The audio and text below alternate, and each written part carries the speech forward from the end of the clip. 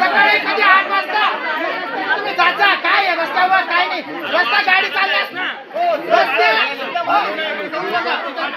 रस्ता गाडी वापरण्यासाठी आहे का स्वच्छतेसाठी सांगा कोण आहे कोणी काम केलं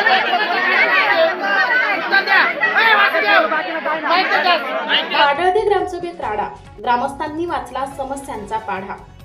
ग्रामसभा गाजवली तर या पठ्ठ्यानेच. मालेगाव तालुक्यातील पाडळदे ग्रामपंचायतीची ग्रामसभा काल ग्रामस्थांच्या रोषामुळे चांगलीच गाजली. ग्रामसेवकांकडून समाधानकारक उत्तरे मिळत नसल्याचा आरोप करत ग्रामस्थांनी विविध प्रश्नांवर जाब विचारला आणि ग्रामसभेत गोंधळाची परिस्थिती निर्माण झाली. ठरलेल्या वेळेत आणि पोलीस बंदोबस्तात ग्रामसभेला सुरुवात झाली. मात्र गावातील प्रलंबित प्रश्नांवरून ग्रामस्थांनी आक्रमक भूमिका घेतल्याने ग्रामसभा विस्कळीत झाली. गावातील आदिवासी वस्तीकडे जाण्यासाठी अद्याप योग्य रस्ता नसल्याने नागरिकांना मोठ्या अडचणींचा सामना करावा लागतोय. विशेषतः पावसाळ्यात या वस्तीकडे जाणे अत्यंत कठीण होते. त्यामुळे तातडीने पक्का आणि मजबूत रस्ता तयार करण्याची मागणी ग्रामस्थांनी केली आहे. यासोबतच गावातील खराब रस्ते, वाहतुकीची समस्या, पाणी पुरवठा आणि सांडपाणी व्यवस्थापनाचे प्रश्नही ग्रामस्थांनी उपस्थित केले.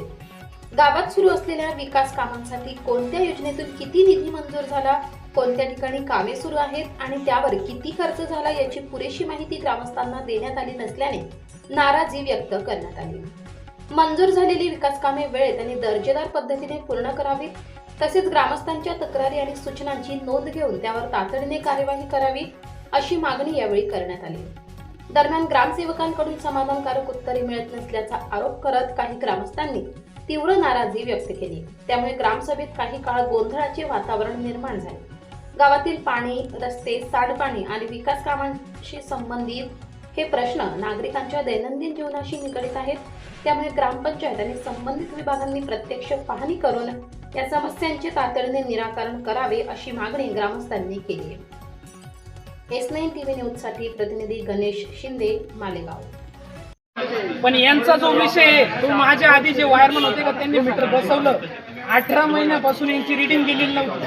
ती आता एकदम जेव्हा रिडिंग आली तेव्हा त्यांचं 27,000 रुपये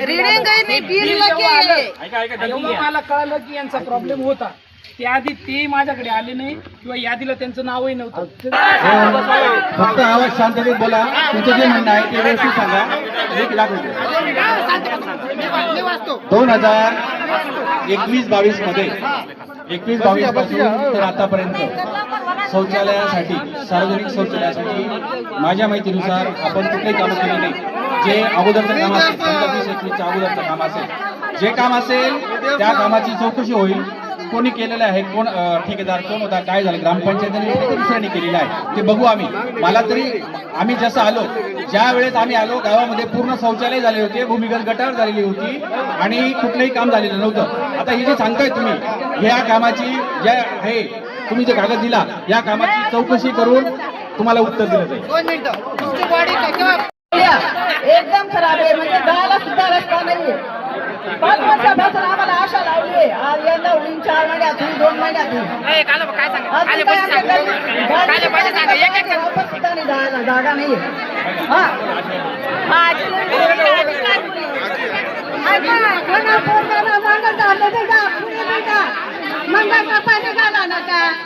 एक घरात 4-4 5 खोल्या, त्याला अजून कोणी नाही. मॅडम, आपल्या गावाचं मी तुम्हाला तुम्ही पूर्ण गावाचं करा. तुम्ही त्यांचं एकट्याचं नका करा. तुम्ही पूर्ण गावाचं करा. त्यांचं 27,000 आलं म्हणून त्यांनी तक्रार मांडली. आता माझ्या घराच्या शेजारी जवाहरसिंग जगन्नाथ नरवाड आणि उत्तम जगन्नाथ नरवाड यांचे दोघांचे हे भाडे तत्वावर 2-2 वर्षापासून दुसऱ्याच्या घरात राहतात. त्यांच्या मीटरांना 25-25 रुपये बिल दर महिन्याला. ते मीटर बंद आहे. पण यांचा जो विषय आहे तो माझ्या आधी जे वायरमन होते का त्यांनी मीटर बसवलं. 18 महिन्यापासून यांची रिडिंग गेलेली नव्हती.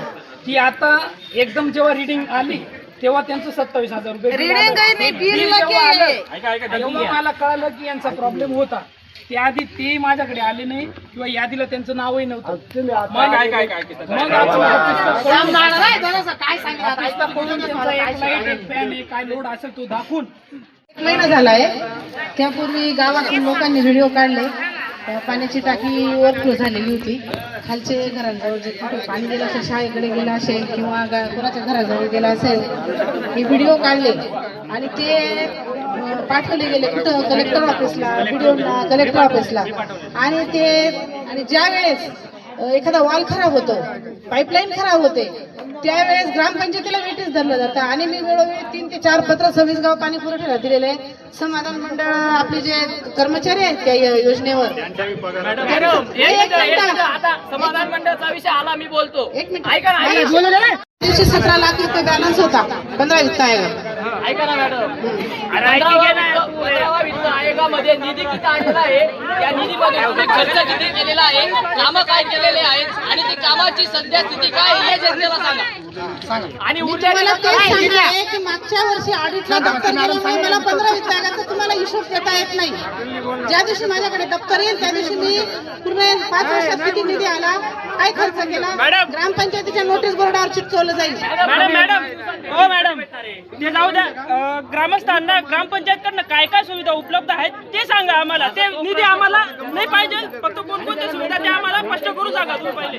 आज तुम्ही सार्वजनिक शौचालय बघा, सार्वजनिक मुतारी बघा, सगळं करा आहे. ग्राम निधी सोडून इथे बाडळदे गावाला दुसरा कुठला निधी येत नाही. येतो तो फक्त 15 वित्त आयोग येतो. 15 वित्त आयोगाला इतका मोठा शासनाने नियम लावून दिलेला आहे. 30% प्राथमिक शाळा, 30% इतर खर्च, 30% आरोग्य, असं आम्हाला 60-40 रेशो दिलेला आहे. त्याच्यामुळे आम्हाला एवढे जेवढे शासनाच्या आपल्या चॅनलला नक्की सबस्क्राईब करा, बेल आयकॉन दाबायला विसरू नका.